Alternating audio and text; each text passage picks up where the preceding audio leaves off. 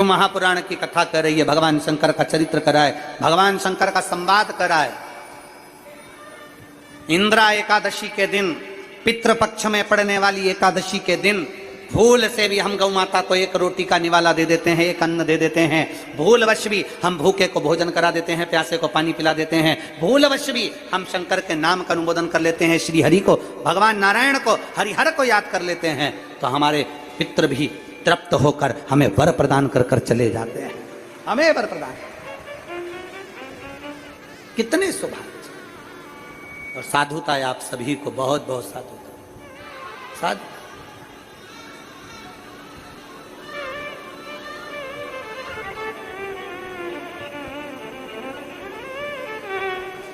एक शंकर के साधता है, साधता।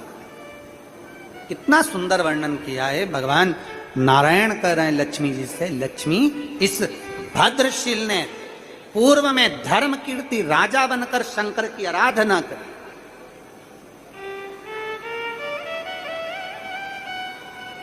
धर्म कीर्ति राजा था, गलत संगत में पड़ गया था, नर्मदा के तट पर पहुंच गया, बालू को एकत्रित करा, एक कंकर उठाकर नर्मदा के नदी के जल में डाल दिया। जो स्वयं शिव, और किस दिन, आश्विन मास में, इसी पितृपक्ष में, इसी पितृपक्ष में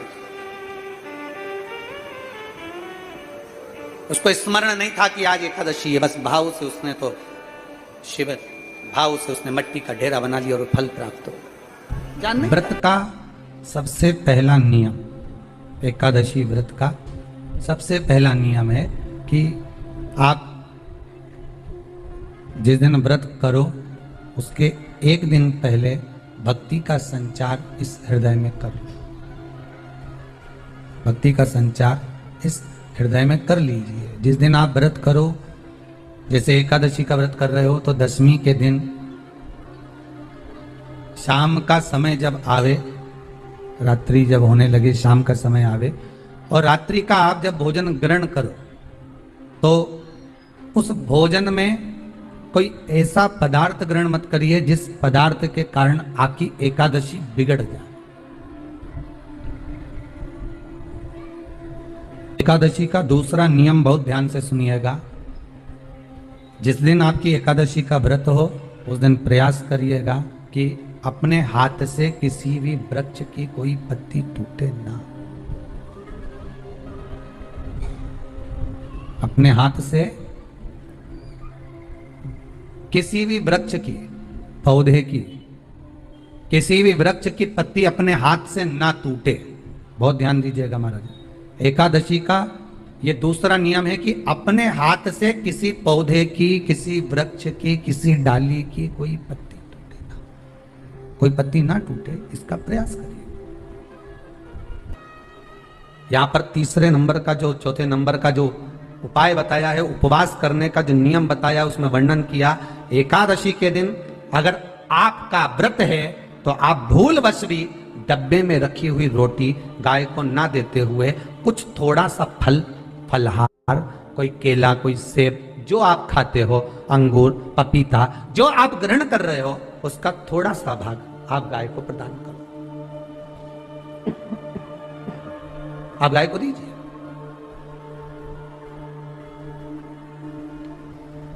रोटी ही दी है, डब्बे में से निकाल के ले गई, गाय आई है, रोटी देना, देव मना नहीं। बाकी के दिन आप आपके बेटे से कहते हो रोटी दिया बेटा जा, पर आप अपने हाथों से, आपका व्रत है तो आप फलाहार आप कर रहे हो, तो फलाहार का ही दान गौ माता को दीजिए।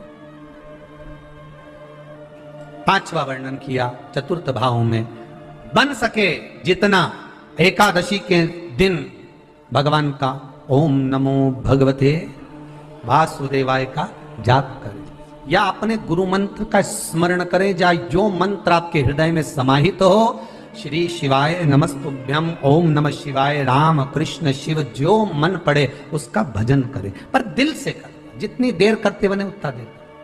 माला पकड़ने की भी जरूरत नहीं कि माला पकड़ के बैठता हूं तो घट की जिब्या से जप लो, नहीं जी वही उतना में पूरा हो जाए, वही बहुत। महाराज